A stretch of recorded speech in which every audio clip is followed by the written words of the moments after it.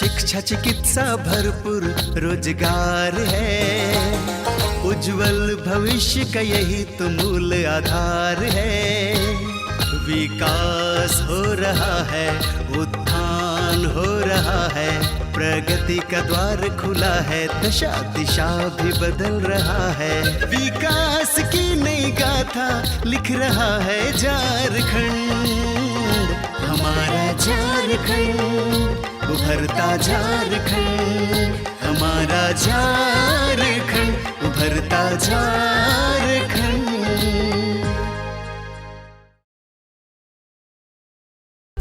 नमस्कार, जोहार।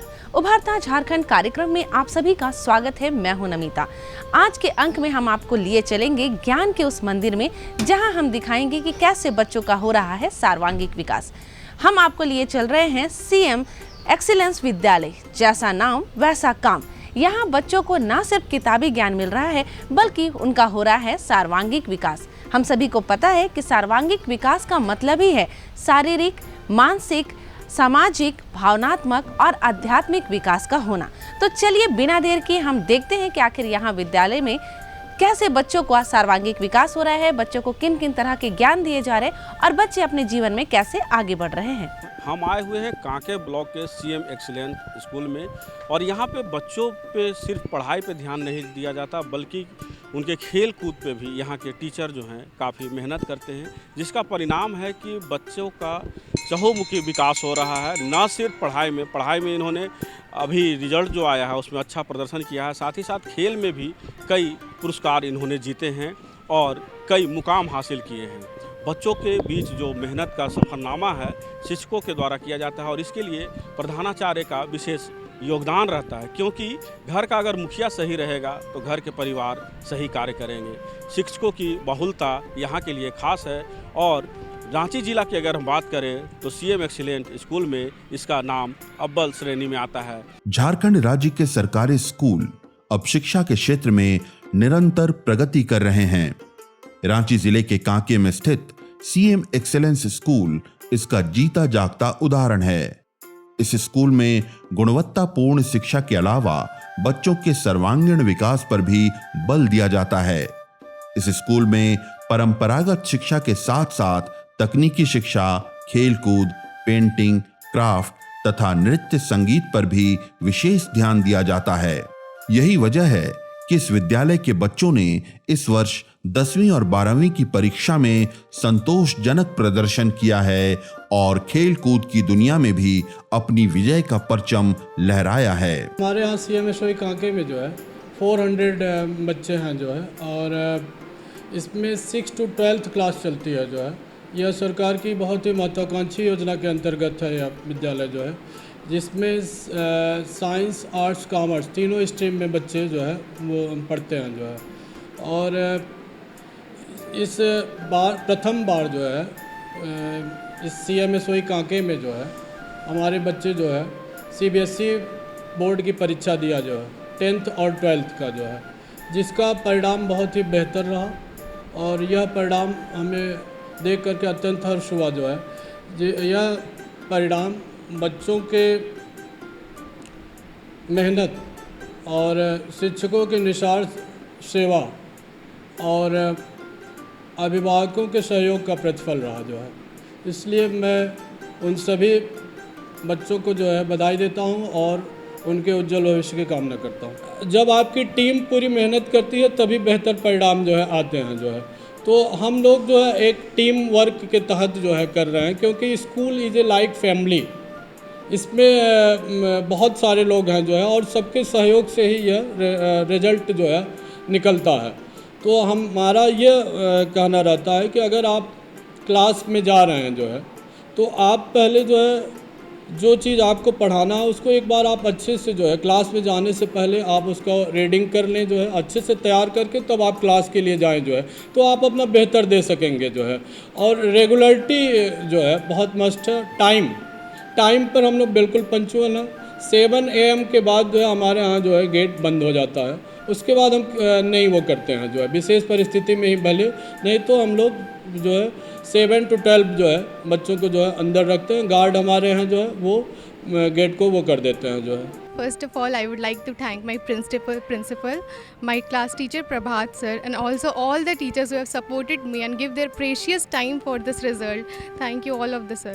Also thanks my teacher and my parents. उन्होंने मेरी हर चीज़ में बहुत मदद की है।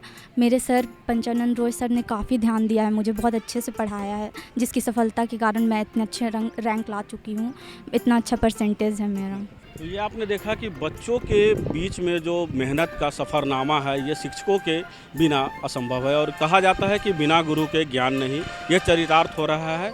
और जिस तरह से यहाँ के जो टीचर हैं वो मेहनत कर रहे हैं, बच्चों का परिणाम देखने को मिल रहा है। इस विद्यालय में बच्चों को स्मार्ट क्लास प्रणाली से पढ़ाया जाता है। इसके लिए यहाँ स्मार्ट बोर्ड, प्रोजेक्टर और डिजिटल कंटेंट का सहारा लिया जाता है। इसके अलावा यहाँ विज्ञान पढ़ाने और समझाने के लिए प्रयोगशाला भी है, जहाँ बच्चे विज्ञान के सिद्धांत को प्रयोगात्मक तरीके से सीखते हैं। सर, बच्चों को ऑप्टिक्स का लैब करवा रहे हैं। ये लेंस का image formation by using this lens apparatus. बच्चों को ये बता रहे हैं कि लेंस में किसी ऑब्जेक्ट का इमेज कैसे बनता है। ऑब्जेक्ट को वेरी कराने से इसके इमेज का साइज जो है वो कैसे चेंज करता है। फिर बच्चे ये चीज़ तो थ्योरी में पढ़ते ही हैं, लैब करने से इनका ये थ्योरी यहाँ पे प्रैक्टिकल करने से ये थ्योरी ज़्यादा कंसाइज तरीके से, प्रिसाइज तरीके से समझ में आता है बच्चों को। ऑप्टिक्स का लैब है, इलेक्ट्रोमैग्नेटिक अल्टरनेटिंग करंट का लैब है, meter base, ohm's law verification. जितने भी हम लोग फिजिक्स में थ्योरेटिकल पढ़ते हैं तो जो सीबीएसई के सिलेबस में मेंशन किए हुए हैं वहाँ सारे ऑपरेटर्स लगभग अवेलेबल है यहाँ पर। इस विद्यालय का उद्देश्य शिक्षा को पुस्तकों के दायरे से आगे बढ़ाना है। यही वजह है कि यहाँ पढ़ाई के साथ साथ खेल कूद को भी अहमियत दी जाती है। इस स्कूल में क्रिकेट, फुटबॉल, वॉलीबॉल जैसे खेलों की पूरी व्यवस्था है। प्रशिक्षित कोच इन बच्चों को अपनी निगरानी में इन खेलों को खेलना सिखाते हैं। इसके अलावा यहाँ बच्चों को कैरम तथा शतरंज जैसे इंडोर गेम भी खिलाए जाते हैं, ताकि उनकी एकाग्रता तथा मानसिक संतुलन मजबूत हो। मैं सभी खेलों को यहाँ पे इस विद्यालय में मैं चालू किया हूँ, जैसे फुटबॉल है, क्रिकेट है, कबड्डी है, कुश्ती है, हॉकी है, कैरम बोर्ड है। सारा गेमों का मैं यहाँ पे चालू किया हूँ, जिसमें यहाँ के बच्चे को जिसको भी जिस खेल में जाने का इच्छा हो, इंटरेस्ट हो, वो इस खेल में वो खेले विद्यालय में। और हमारे विद्यालय के बच्चे अच्छे कर रहे हैं। हाल ही में भी ममता कुमारी, आलोक मुंडा, इन्होंने झारखंड टीम में अपना स्थान बनाया और अंडर 14 में झारखंड टीम से अच्छे खेल का अच्छा प्रदर्शन किया और झारखंड को अच्छा रिजल्ट भी मिला फुटबॉल के अंदर में। और अभी भी मेरा प्लानिंग है कि और खेलों को मैं इस विद्यालय में डेवलप करके आगे मैं अच्छे अच्छे खिलाड़ी निकालने का प्रयास करूँ। पढ़ाई अच्छा होता है और खेल के भी, स्पोर्ट के लिए भी ये स्कूल अच्छा है और हमारे सहयोग कर रहे हैं। और मैं फ़ुटबॉल खेलती हूँ और मुझे बहुत अच्छा लग रहा है कि मैं फ़ुटबॉल खेल के आगे बढ़ रही हूँ। तो मेरा नेशनल में सिलेक्शन हुआ था, तो परवीन सर बहुत मेहनत करते हैं और सेल्फ प्रैक्टिस भी करते हैं और फिर घर का भी सपोर्ट है। अभी महाराष्ट्र, पंजाब, बिहार बहुत जगह घूम लिए। खेल के ही माध्यम से हम बहुत आगे तक गए हैं। दोनों को लेके चलना चाहिए मीडियम में, क्योंकि पढ़ाई भी अभी जरूरी है और खेल भी जरूरी है।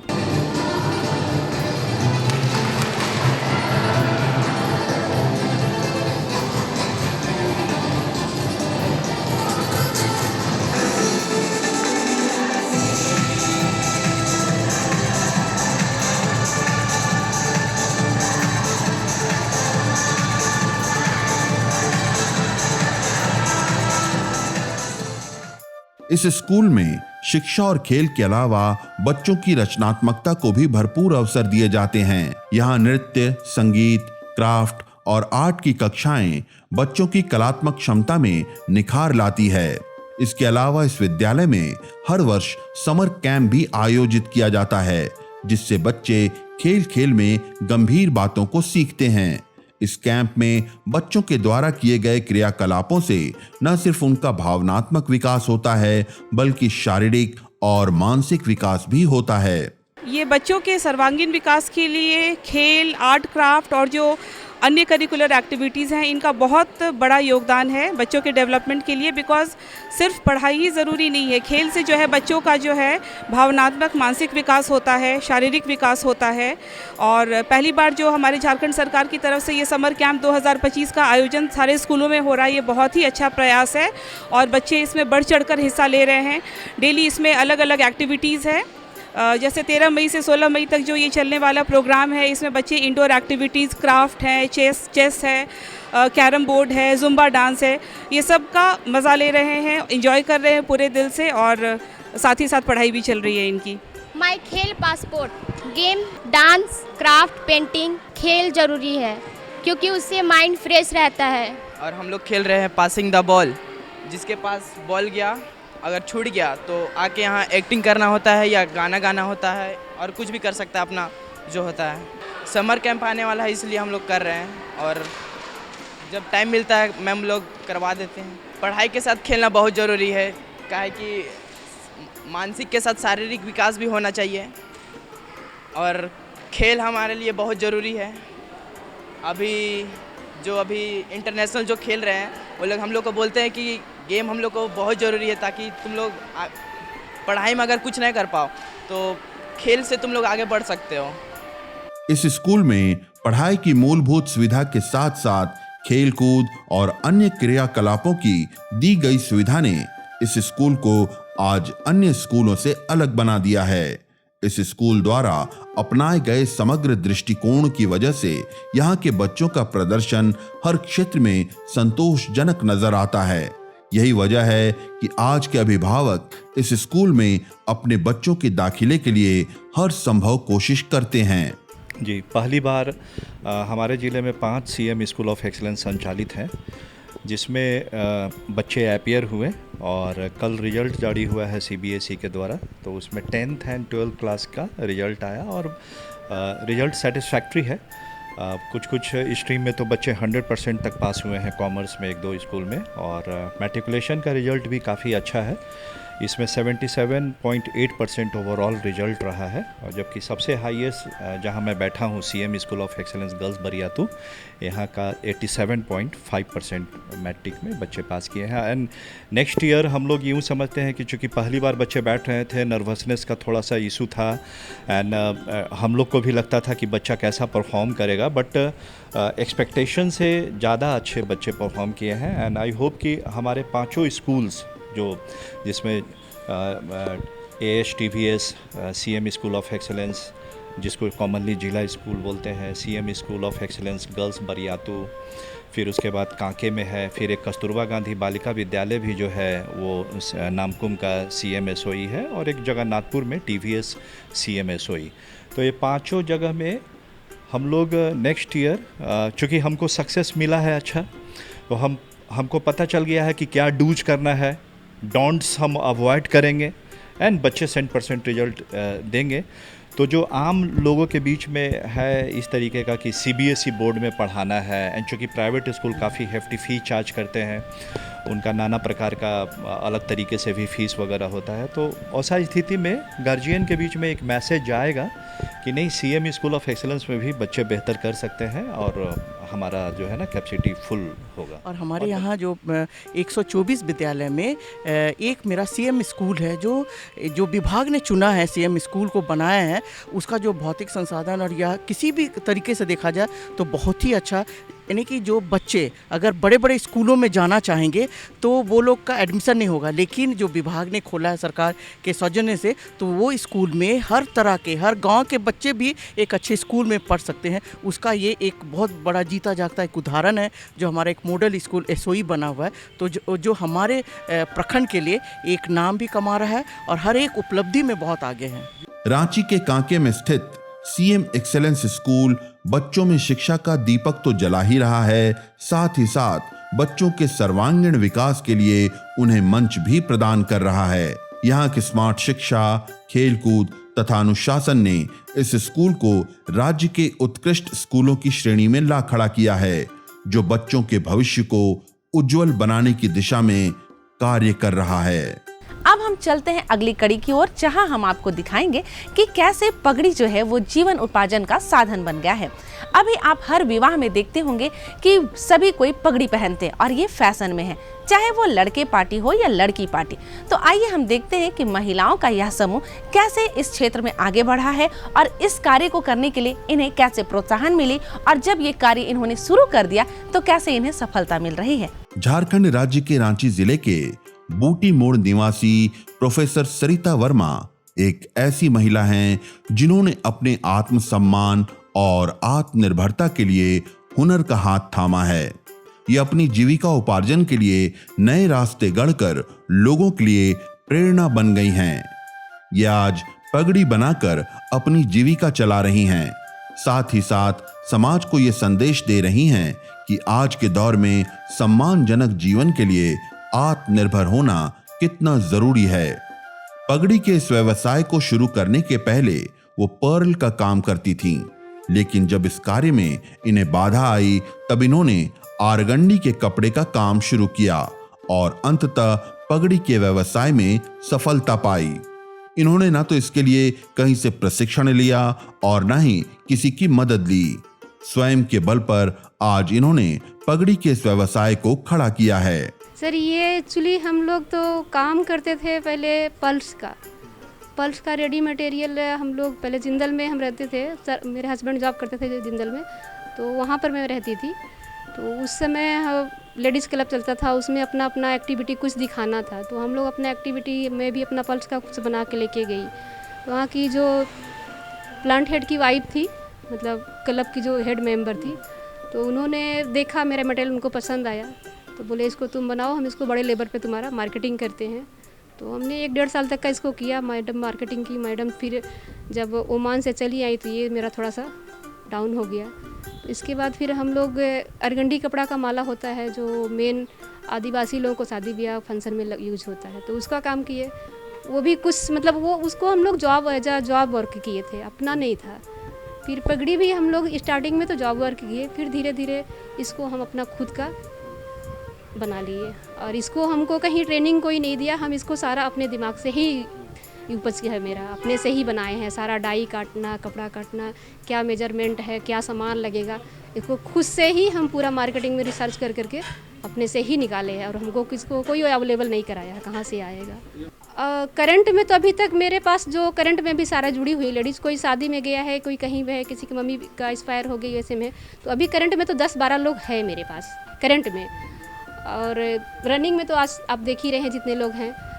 और वैसे ट्रेनिंग को पूछिएगा तो हम तो कितनों कम हो सर, तो 300 लेडीज़ को हम ट्रेनिंग दे चुके हैं ऑलरेडी। हम 150 लेडीज़ को तो एक ही दिन हम ट्रेनिंग दिए थे जिंदल में, और यहाँ पर भी हम ट्रेनिंग देते ही रहते हैं। और जैसे इसके अलावा हम कुछ घर का भी काम दे देते हैं लेडीज़ लोगों को, जैसे ये भगवान जी का माला बनाना हुआ, ड्रेस बनाना हुआ, तो वो सब हम घर में काम दे देते हैं। वो लोग घर से जुड़ी हुई हैं, मतलब यहाँ आके नहीं काम करती हैं, वो अपना घर से काम करती हैं। जिनका हाथ साफ है वो 60-65 बना लेती है, 60-65 एक दिन में। सुबह अगर 9 बजे एक लेडी लग जाती है तो शाम को 7 बजे तक का वो 60-65 पीस आराम से बना लेती है। मंथली सर एक्चुअली ये हमारा ठेका बेस है। एक पीस पे हम उसको उन लोगों को देते हैं 5 रुपया, 7 रुपया, 10 रुपया, 15 रुपया, 50 रुपया, ये रेट है मेरा पगड़ी का। जैसे क्वालिटी अलग अलग है ना, अलग अलग पगड़ी का अलग अलग रेट बनाने का है।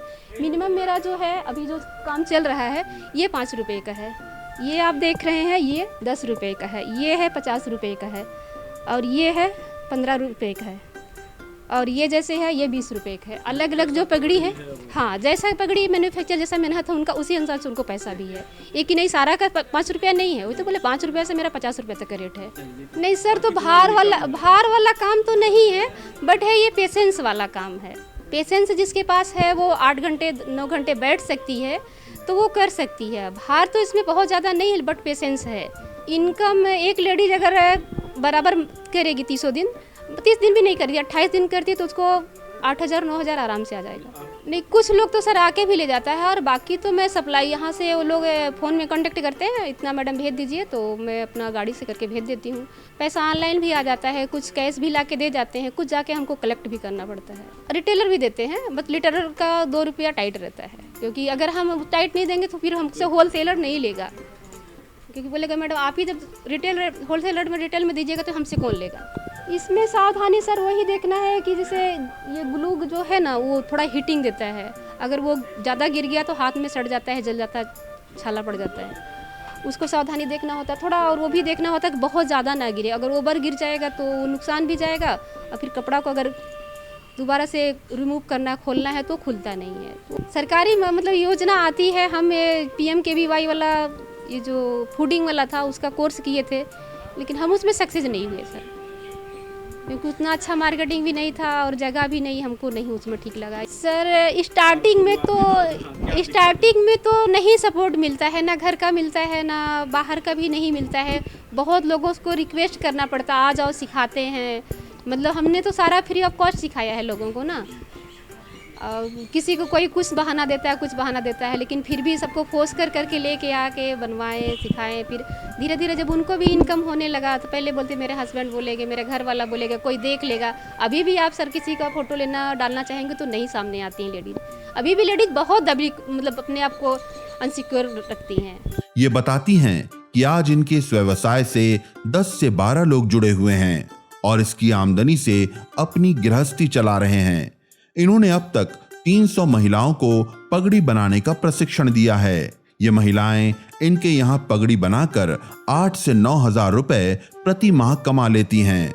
सरिता देवी स्वयं भी इस कार्य से 20 से 25 हजार रुपए महीने कमा लेती हैं और इस आमदनी से अपने परिवार का सहयोग करती हैं। मान लो जिसका जिस लाइन में इंटरेस्ट है, आजकल तो बहुत सारा फूडिंग में भी है, आप घर में भी बना के सेल कर सकते हैं, या स्टिचिंग लाइन में है, कुछ भी है आजकल तो बहुत सारा। अभी यूट्यूब इतना हो गया सर, जिसको कुछ भी नहीं आता वो यूट्यूब से सीख के अपना आराम से कुछ ना कुछ कर सकता है। हमने जो बताया ना आपको, वो हम एक मार्केट से परचेज करके लेके आए थे पगड़ी, उसका पूरा ऑपरेशन किया खोल खाल के, उसके बाद हम लोग 2 लेडीज मिलके पूरे दिन लग गया था एक पगड़ी को बनाने में। डिजाइनर वाला सर जैसे ये सब है, दूल्हा वाला तो मुश्किल से 10 पीस रेडी हो पाता है, ये 25 पीस रेडी हो जाता है। बाजार में सर अनाप शनाप रेट तो रहता है। देखिए ये मेरे पास जो है ना, ये 100 रुपीज़ का, और इसमें अभी लगेगा, इसमें जैसे ये बैच लगा हुआ ना, इसमें बैच लगेगा, बैच नहीं लगा हुआ है। सरिता देवी के लिए पगड़ी केवल एक वस्त्र ही नहीं है, बल्कि आत्मसम्मान और गौरव का प्रतीक है। इन्होंने पगड़ी बनाने के इस हुनर से न सिर्फ खुद को आत्मनिर्भर बनाया है, बल्कि अन्य महिलाओं को भी स्वावलंबी बनाया है। सरिता देवी आज पगड़ी के व्यवसाय से जीविकोपार्जन तो कर ही रही हैं, साथ ही साथ लोगों के लिए एक प्रेरणा भी बन गई हैं। तो आपने देखा कि किस तरह से CM एक्सीलेंस स्कूल के बच्चों ने अपना परचम लहराया और रिजल्ट जो आया है उनके चेहरे की खुशी देख करके लगता है कि शिक्षकों का जो मेहनत है वो सफल हुआ। इसमें टीचर के साथ साथ अभिभावक और प्रशासनिक अधिकारी जो हैं वो बेहतर कार्य कर रहे हैं, जिसका नतीजा है कि रिजल्ट के रूप में आज मिल रहा है। वहीं अगर हम महिला सशक्तिकरण की बात करें तो सरिता वर्मा जैसी महिलाएं जो हैं अपना कुटीर उद्योग यानी छोटा उद्योग करके अच्छा अर्निंग कर रही हैं, कमा रही हैं और साथ ही साथ महिलाओं को रोज़गार भी दे रही हैं। तो आपको हमें ये सब खबरें दिखाने का यही प्रयास होता है, कहानियाँ दिखाने का, कि आप भी सशक्त हों और घरों से निकलकर अपना बेहतर कल के लिए कुछ न कुछ करें। आज के लिए बस इतना ही, अगले अंक में होगी फिर मुलाकात, तब तक के लिए दीजिए इजाजत। जोहार, नमस्कार। देखा ना आप सभी ने, कोई भी कार्य बड़ा या छोटा नहीं होता है, समय के साथ हमें बदलना है और पुरानी प्रचलन को आज भी आगे बढ़ाना है। बातों का सिलसिला यूं ही जारी रखते, लेकिन समय हो गया है आपसे विदा लेने का। हम लेंगे आपसे इजाजत ताकि अगले अंक में पुनः हम आपको झारखंड के विकास के बारे में बताएं और आपको भी जीवन में आगे बढ़ने के लिए प्रोत्साहित करें। तब तक के लिए आप मुझे और हमारी पूरी टीम को इजाजत दीजिए। नमस्कार, जोहार। विकास की नई गाथा लिख रहा है झारखंड, हमारा झारखंड उभरता झारखंड, हमारा झारखंड उभरता झारखंड।